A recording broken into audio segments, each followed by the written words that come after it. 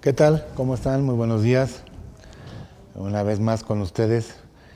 Ahora charlaremos en materia de jurisprudencias, un tema que me pidieron aquí en CADEFI para poder compartirlo con ustedes. Le puse como título Jurisprudencias con impacto fiscal. La idea es que entendamos qué es lo que los tribunales, tanto colegiados, la Corte misma, o las salas del superior o las salas del Tribunal Federal de Justicia Administrativa han emitido en este ámbito fiscal. Ya ven que es muy dinámica la materia fiscal. No nada más necesitamos estudiar las leyes fiscales, todas las leyes que tienen que ver con los impuestos, los tributos, sino también tenemos que ver los razonamientos judiciales. Por eso es que esta mañana y este día preparamos un material para ustedes enfocado precisamente a que conozcan qué se ha resuelto en temas tan específicos como consecuencia de las controversias, por así llamarlo, entre los contribuyentes y las autoridades. Espero les guste. Espero estén atentos conmigo y puedan hacerme sus cuestionamientos, preguntas. Con mucho gusto estaremos para contestarlas. ¿Qué es la jurisprudencia? Empecemos con ello.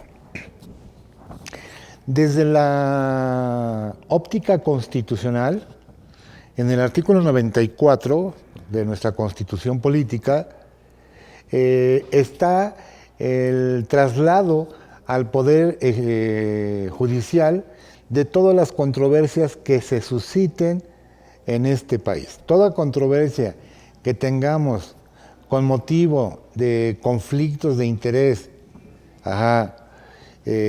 con una autoridad, la que sea, pues será competencia, si eso fuera necesario, a acudir al Poder Judicial.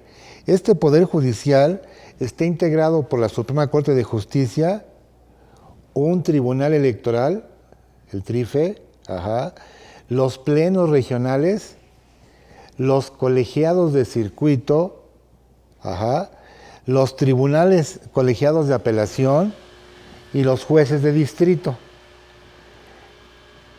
Estos funcionarios, estos encargados de impartir justicia, revisarán los argumentos que haya de esgrimirse en caso de que no estemos de acuerdo con un acto o con una ley o con un reglamento, con alguna disposición que sintamos violenta o quebranta nuestros derechos fundamentales. Y ellos se van a encargar de analizar tanto las probanzas que les exhibamos como ciudadanos, como las probanzas que en su caso las autoridades presenten, y en función de la valoración de pruebas y argumentos dictarán una sentencia. En ese mismo 94 dice: la ley fijará los términos en que sea obligatoria la jurisprudencia, y allí surge la primera vez o la primera cita de jurisprudencia, ¿okay?, que establezcan los tribunales del Poder Judicial sobre la interpretación de la Constitución y normas generales. O sea, la jurisprudencia es la manera en cómo se interpreta cualquier disposición que esté vinculada a la Constitución o a una norma general. Entendemos como norma general una ley, ¿ok? En el 103, que es el derecho al amparo, 103 y 107, el derecho a acudir al juicio de amparo o juicio de garantías o juicio supremo, un juicio extraordinario, los tribunales de la Federación resolverán toda controversia suscitada por normas generales, entendiendo por normas generales cualquiera que viole o violente derechos humanos, normas generales o actos de autoridad que vulneren o restrinjan la soberanía de los estados, o por normas generales o actos de autoridades que invadan la esfera de la competencia de la autoridad federal. Esa es la razón para acudir al juicio de garantías.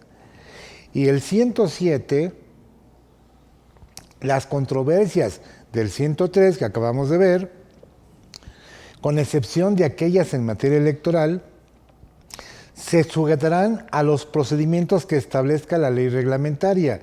La ley reglamentaria es precisamente la ley de amparo. Y dice, las sentencias que se pronuncien en los juicios de amparo solo se ocuparán de los quejosos que lo hubiesen solicitado, limitándose a ampararlos y protegerlos si procediera. Cuando en los juicios de amparo indirecto en revisión se resuelva la inconstitucionalidad de una norma general, la Suprema Corte lo hará del conocimiento de la autoridad emisora. Es decir, si hay una ley que violente en su contenido algún artículo de los derechos fundamentales o de los derechos humanos reconocidos por la Constitución en su artículo primero, se dará aviso al emisor de esa norma para que deje de aplicarse.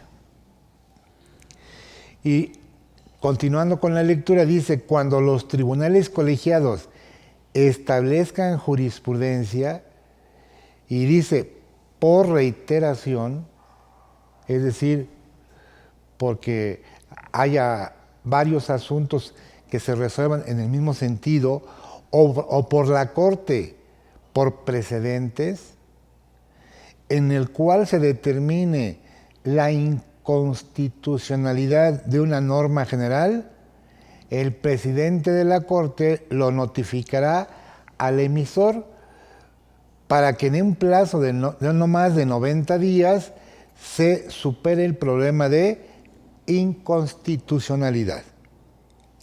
Si en esos 90 días no se ha resuelto ese vicio, la Suprema Corte emitirá, siempre que sea aprobada por 8 votos, la Declaratoria General de Inconstitucionalidad.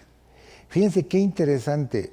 Hoy la Corte tiene la facultad de verificar si hay una violación a los derechos humanos, y de ser así, la norma que contenga esa violación podrá ser declarada inconstitucional y tendrá que ser separada del cuerpo legal. Si no lo hace la autoridad emisora, la Corte hará la Declaratoria General de Inconstitucionalidad. Y ahí viene algo que no es muy, pues digamos, agradable o ameno para la materia tributaria. Fíjense, la Declaratoria General de Inconstitucionalidad aplica para todas las materias, la que sea, excepto la tributaria. Fíjense nada más. O sea que si hay una norma tributaria, la que sea, que en su contenido violente derechos humanos, aún a pesar de que se pueda demostrar, no se podrá declarar a su inconstitucionalidad por la Corte, la Declaratoria General. ¿Ok? O sea, todo menos la materia tributaria. En el mismo artículo dice, cuando los tribunales colegiados establezcan jurisprudencia,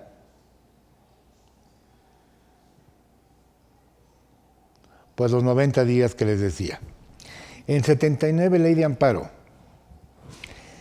Ya estamos ahora en la ley. Estamos viendo el origen de la jurisprudencia. Ahorita vamos a ver la definición y luego vamos a analizar algunas de las más importantes que se han publicado en los últimos años. ¿Ok? De eso se trata. Para que ustedes sepan y en dado momento las invoquen en su favor. Al final de cuentas, todo esto, véanlo como una inversión de tiempo para acrecentar su conocimiento en materia fiscal. No nada más es conocer la ley. No. Miren, Yo tengo un procedimiento personal, hace muchos años lo he desarrollado y lo comparto con ustedes. Y el primero es aprender a leer, saber leer. No sabemos leer. Yo recuerdo que en la primaria mi maestra, una de mis maestras, nos hacía concursos de oratoria veloz, de lectura veloz. Eso era terrible, porque por leer rápido, pues uno se omite las comas, los puntos y seguidos, los puntos y aparte, las reglas de la gramática. Y hay que aprender a leer. Y en la materia fiscal es una lectura lenta, de una lectura pausada, con tiempo, con ritmo. ¿Para qué? Para poder analizar su contenido. Segunda parte, analizar. Una vez que lo analizo, ya lo entiendo, ya lo comprendo. Y una vez que ya lo entendí o comprendí, ya lo puedo aplicar, que sería la última parte. Es leer, analizar, entender o comprender y aplicar. Más de una vez solo aplicamos la materia fiscal porque así pensamos que se hace, porque así nos dijeron que lo hiciéramos, porque el conta dice que así se hace, porque el maestro en la escuela así me explicó que había que hacerlo. ¿Y cómo podemos aplicar lo que ni siquiera hemos leído y mucho menos entendido? Pues la intención de esta charla, de este tema en particular, es que crezca su acervo del conocimiento en el ámbito tributario. ¿Qué opinión se merecen algunos puntos que han sido materia de controversia y que ya están resueltos, sea a favor o sea en contra, para que si tenemos un caso similar, veamos qué posibilidades hay de salir venturoso de una aventura como es la defensa? ¿Ok? Bueno, en la Ley de Amparo Reglamentaria del 103 y 107 de la Constitución, en el artículo 79, dice: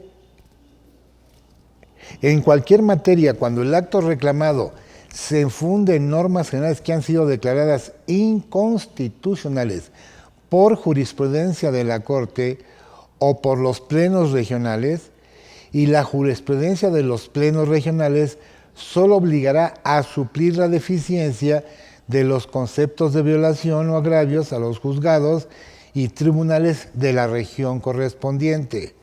¿Ok? 118. En el caso de que la quejosa o el quejoso impugne la aplicación por parte de la autoridad responsable de normas generales consideradas inconstitucionales por jurisprudencia decretada por la Corte o por los plenos regionales, el informe con justificación se reducirá a 3 días improrrogables y la celebración de la audiencia se señalará dentro de los 10 días contados del día siguiente al de admisión de la demanda.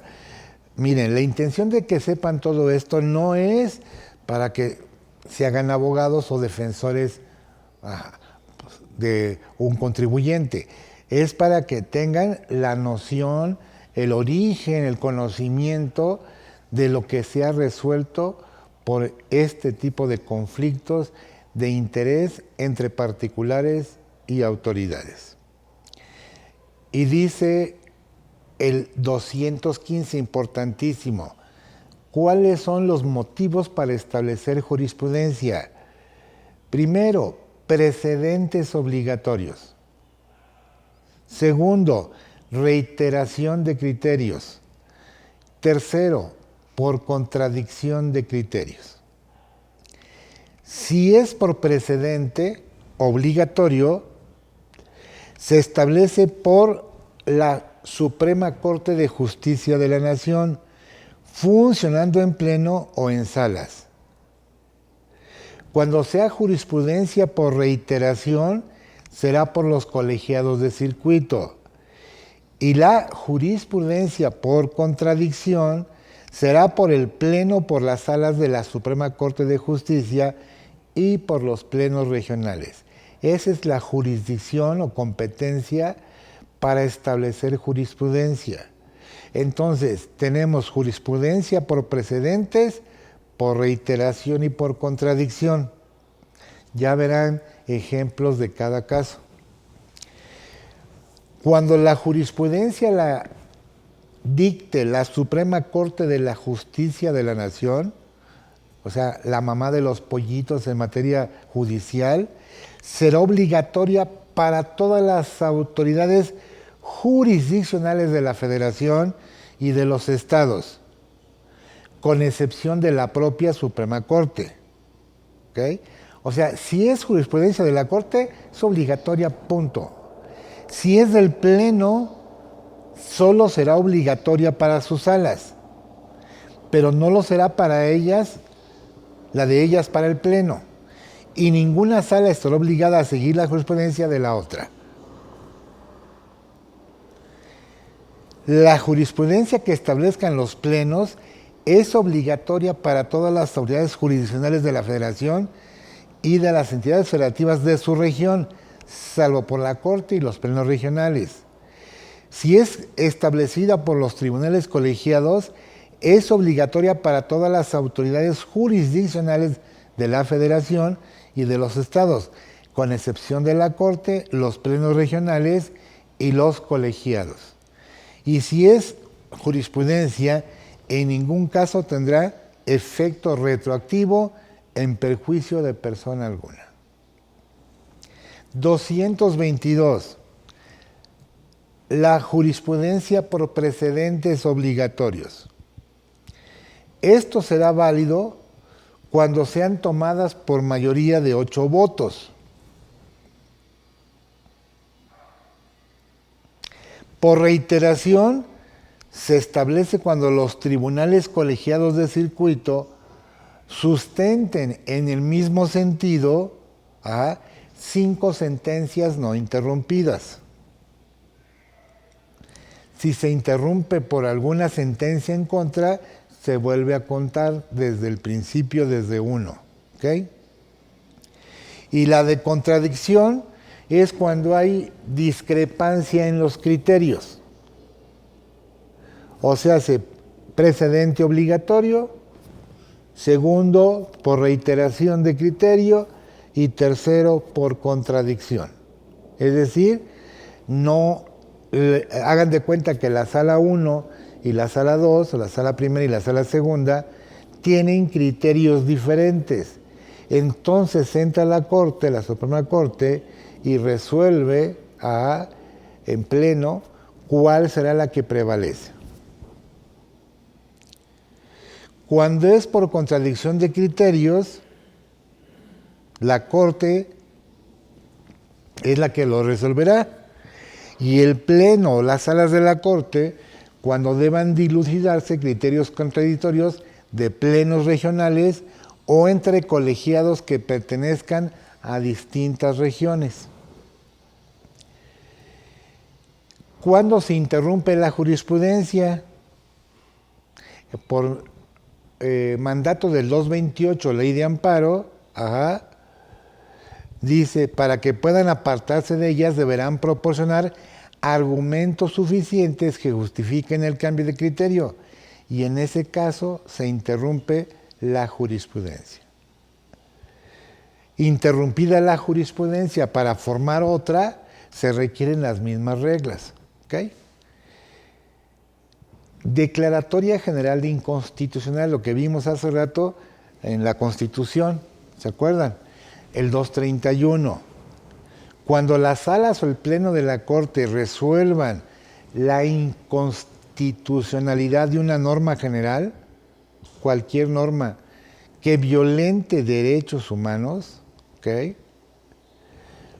será declarado así por parte de este Pleno o de la Corte. ¿Okay? Bueno, sin embargo, lo que les decía hace también un ratito en materia constitucional, esto no aplica en materia tributaria. Hagan de cuenta que ustedes están en contra de que el artículo 28 de renta, la fracción 30, el ejemplo de la deducción acotada de la nómina, pues es inconstitucional y violenta derechos humanos. Estoy inventando. Y que la Corte diga, pues sí es cierto, pues ¿qué creen? No aplica en materia tributaria. en todo menos en materia tributaria. Ley Orgánica del Poder Judicial de la Federación, el 157. La jurisprudencia se regirá por las disposiciones de la Ley de Amparo reglamentaria del 103 y 107 de la Constitución. Ahora nos vamos a la Ley Federal del Procedimiento Administrativo, lo que conocemos comúnmente como la Ley del Juicio de Nulidad. Cuando no estamos de acuerdo y nos vamos a un procedimiento contencioso administrativo, directamente al Tribunal Federal de Justicia Administrativa, lo que en su momento fue el Tribunal Fiscal de la Federación.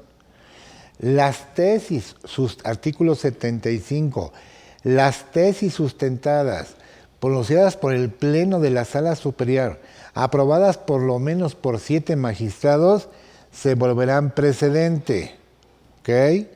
También serán precedente en las sentencias de las secciones de la Sala Superior, siempre que se aprueben cuando menos por 4 de los magistrados.